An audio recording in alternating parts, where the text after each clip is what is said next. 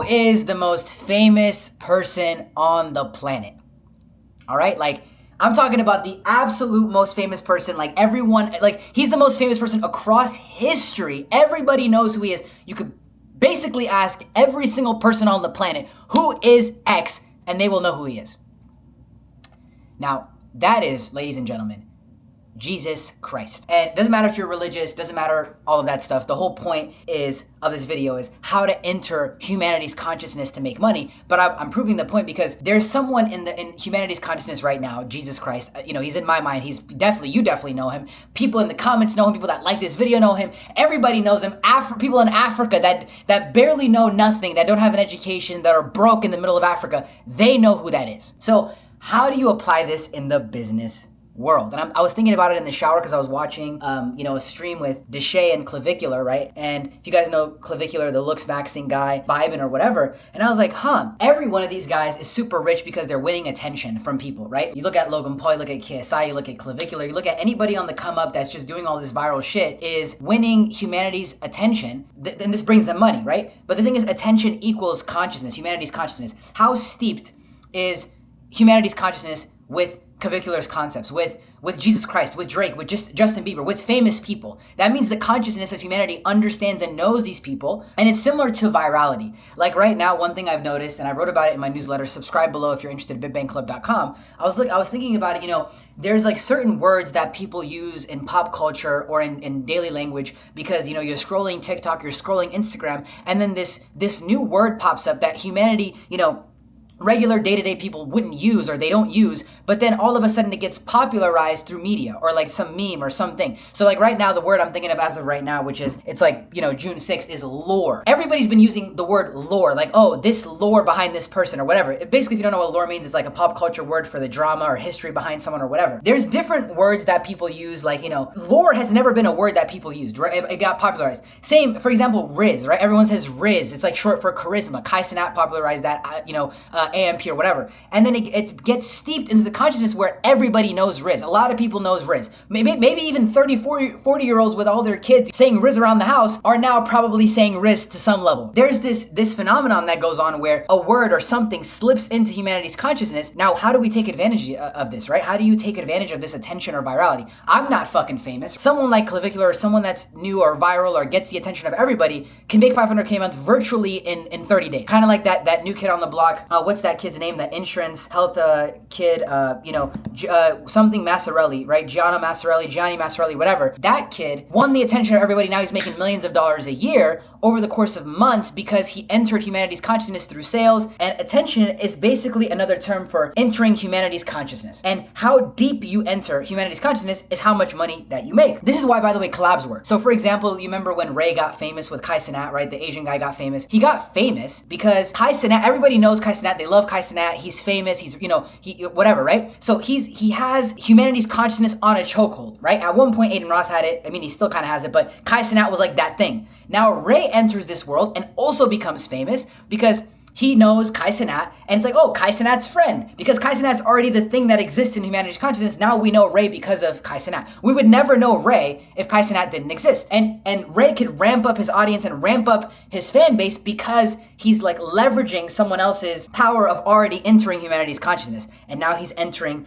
through a different layer. What's interesting about this is when I was thinking about the application is like, okay, when you think about viral hooks or viral ads, when it comes to making ad creatives, let's say, maybe you've seen those videos of Alex Hormozi answering those people's business questions on a stage. He has a huge acquisition.com logo. We basically know Alex Hormozi. Now, if you don't know who he is, he's like the biggest influencer or entrepreneur in the world right now on YouTube that has a large audience, right?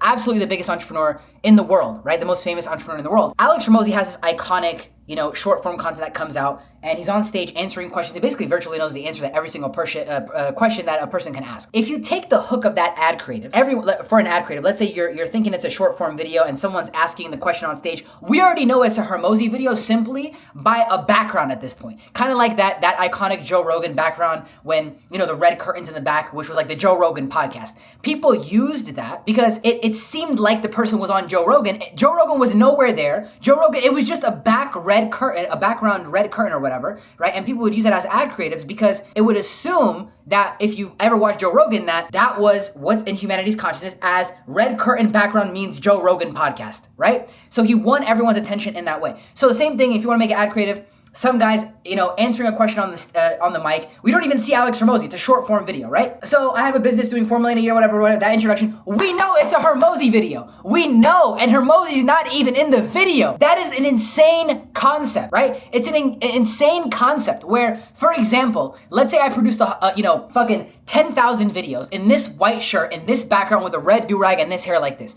If I produce 10,000 videos like this, anybody now moving forward that shows up with a white t-shirt, a red do-rag, and then this hair, and he's black, or not even, he doesn't have to be black, but he has a similar background, they're gonna think that person is trying to copy me, or that's me, or whatever, or not that's me, but they're gonna assume, oh, this guy is ripping that guy, right? Because I've already entered humanity's consciousness. With ad creatives, virality, whatever, the cool thing is, I was thinking about how can we capitalize on this? How can we make more money by entering humanity's consciousness, aka getting attention? Now, let's say you don't like posting content. Fuck content, right? Like, I don't even like making this video. I just did this video purely out of passion because I was so interested in this concept. I'm trying to flesh out the idea, so I'm talking to a camera. But if you want to start from the beginning and create content that way, whatever, you can, right? And build a niche audience, whatever. But how do you just Chad ram the bread? How do we cham ram to $100 million, $200 million, $500 million by capitalizing on attention that already exists and entering the consciousness sort of like Ray did, kind of going in between a gap by riding the magic carpet of something that already people know. And I was thinking of this concept, it's like, yeah, well, you could do this when creating ad creatives and viral hooks and all this stuff. You just take what already went viral or what already,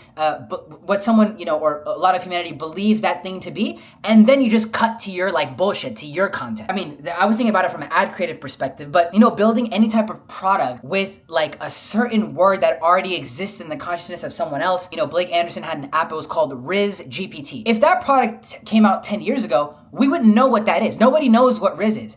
But the reason why Riz GPT works is he's leveraging what's already in human consciousness, the word Riz. Creating concepts and businesses around things that already exist in human consciousness is the fastest way to get rich, period. Because you are already grabbing attention that exists and then you convert it into money. You could do this with ad creatives, with content, with whatever bullshit that you want. And I think it's an interesting thing to think about things because you could easily make $100-200 million doing that.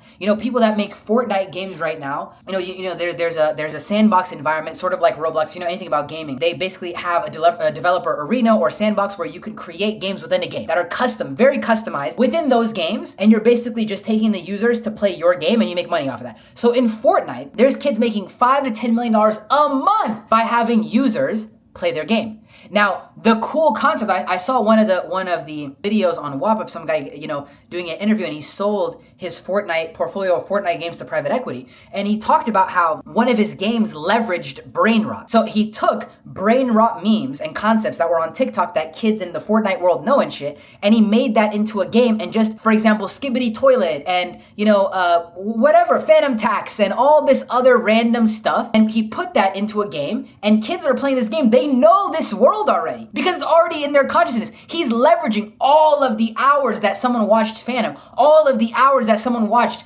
all of these different videos and these memes, and creating that into a game so it seems familiar to someone. Now, if you try to make this, from scratch and try to enter, one by one into humanity's consciousness without creating virality, it's extremely difficult. I think this concept is going to be something that is foundational to business building in the future for me because it has worked and it's tested time and time again, and you can't really break it. You can't really break this concept because it's just attention. It's hard to, how do you break a concept that already exists in someone's mind? How can you even resist that hypothesis? It doesn't even make sense. Of course I'm going to be successful if I have Drake right next to me in this video because Drake has already won the attention of tens of millions, hundreds of millions of people. And I'm just the guy next to him. So it's just like that when it comes to virality and creating content and all that stuff, or creating a business. It's just creating this Drake-like concept, right? Creating this concept beside, in the business that already exists on some level, on some layer, and then you're the product builder. The product exists just side by side to this concept that already exists in humanity's consciousness, and then you make money. So do with this information what you will. Like and subscribe. I don't give a fuck.